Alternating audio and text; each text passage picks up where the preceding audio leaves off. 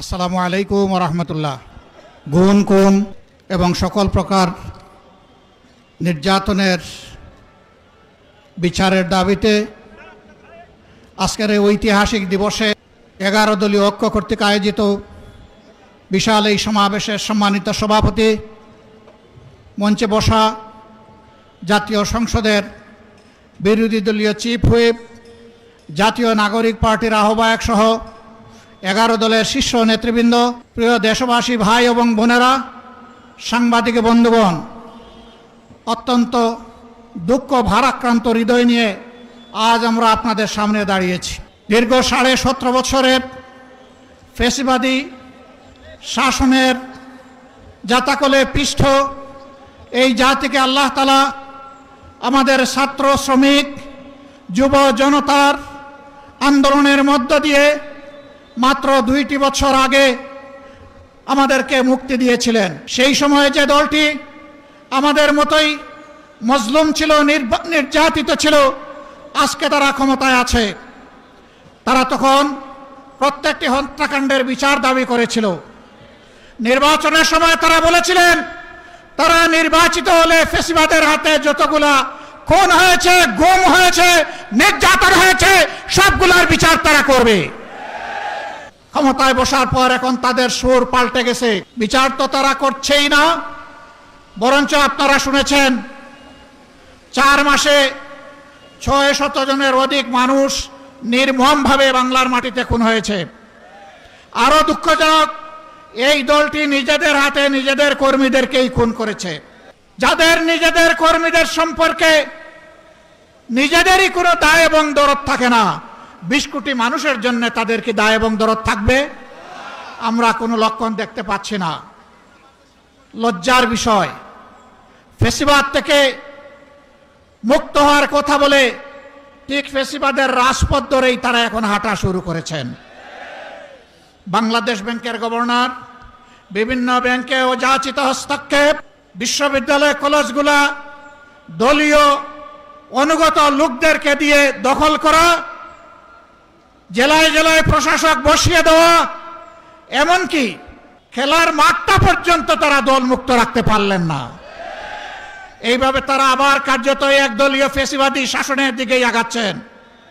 বন্ধুরা, বাংলাদেশ কিন্তু বারবার বিপ্লবের সাক্ষী। আমরা পরিষ্কার বলে দিচ্ছি, হয় আপনারা বিচার নিশ্চিত করুন, না হয় আপনারা যাওয়ার রাস্তা খুঁজে বের করুন। আপনারা যে পথে হাঁটছেন, সংসদে আমরা প্রত্যেকটি বিষয় সেখানে আমরা প্রতিবাদ করছি। 2/3 কিভাবে পেয়েছেন আপনারাই ভালো জানেন, আর দেশের জনগণও জানে। এবং এই ব্যাপারে কিছু রাজ সাক্ষী ইতিমধ্যে পাওয়া গেছে, আপনাদের দলের ভিতর থেকে পাওয়া গেছে, বিগত সরকারের মধ্য থেকেও পাওয়া গেছে। আমরা আপনাদেরকে বিনয়ের সাথে অনুরোধ করব, মজলুম ছিলেন, জালেম হবেন না। মেহরবানি করে বিচারগুলো নিশ্চিত করুন। শুধু ফ্যাসিবাদের হাতে কেন, এই রাস্তায় আমাদের কলিজার টুকরা বিপ্লবের প্রতীক শরীফ ওসমান হাদিকে হত্যা করা হয়েছে। তার বিচারও ধামাচাপা দেওয়ার চেষ্টা চলছে। এখন পর্যন্ত চার্জশিটটি দেওয়া হয় নাই। কাকে খুশি করার জন্য, কোন সত্যকে আড়াল করার জন্য এটা করা হচ্ছে জনগণ জানতে চায়। এই 21 তারিখ, মাত্র 2 দিন আগে গাইবান্ধা ইতিমধ্যেই বলা হয়েছে ছাত্র শিবিরের একজন তরুণ নেতাকে গলাকটে স্পষ্ট দিবালুকে সেই ফ্যাসিবাদী কায়দায় হত্যা করা হয়েছে। হ্যাঁ, হত্যা করে মানুষকে দুনিয়া থেকে বিদায় দেওয়া যাবে, কিন্তু কোনো আদর্শকে খুন করা যাবে না। এদেশের মানুষের অন্তরে, কলিজায়, হৃদয়ে, মগজে সব জায়গায় বসে আছে মজবুত ভাবে রাসূলুল্লাহ সাল্লাল্লাহু আলাইহি সাল্লামের আদর্শ। এই আদর্শকে নির্মূল করার চিন্তা করবেন না। যদিও আপনাদের একজন সিনিয়র নেতা ঘোষণা করে দিয়েছেন নির্মূল করবেন, অতীতে যারা নির্মূল করার ঘোষণা দিয়েছিলেন তারা নিজেরাই আজকে নির্মূল হয়ে গেছে। নির্মূল বেশি করবেন না।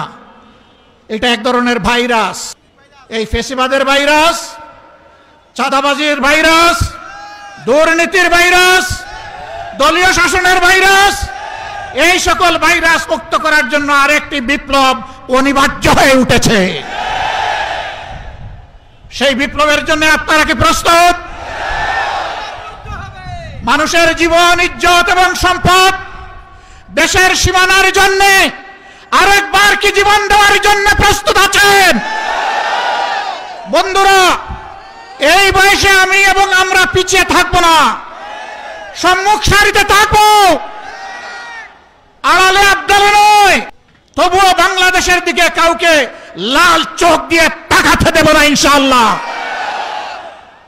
কোন কালো হাত বাড়ালে সেই হাত ঘুরিয়ে দেওয়া হবে। 20 কোটি মানুষের 40 কোটি হাত এই দেশকে পাহারা দিবে ইনশাআল্লাহ।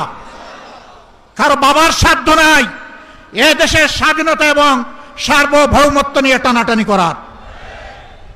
মহান আল্লাহর উপর ভরসা করে আপনাদেরকে আগামীর সেই বিপ্লবের দাওয়াত আজকে দিয়ে রাখলাম।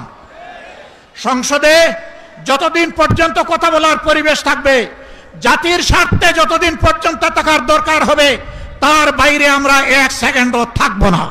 যেদিন সংসদের প্রয়োজন ফুরিয়ে যাবে, যেদিন মনে হবে এই সংসদে আর কথা বলে লাভ নাই, সেদিন সেই সংসদে খোতা হাফিজ বলে আমরা বেরিয়ে আসব। প্রস্তুত থাকুন সেই বিপ্লবের জন্য। অন্যায়ের সাথে কোনো আপত্তি নয়, নতুন পুরাতন কোনো ফ্যাসিবাদ মানি না। পুরাতন পরিত্যাজ্য, নূতন ঘৃণিত, কোনো ফ্যাসিবাদ মানব না ইনশাআল্লাহ। জীবন যাবে, জীবন একটাই, সেই জীবন যাবে আল্লাহর জন্য, সেই জীবন যাবে মানুষের জন্য। আল্লাহ হাফিজ। বাংলাদেশ জিন্দাবাদ। 11 দলীয় ঐক্য জিন্দাবাদ। আসসালামু আলাইকুম।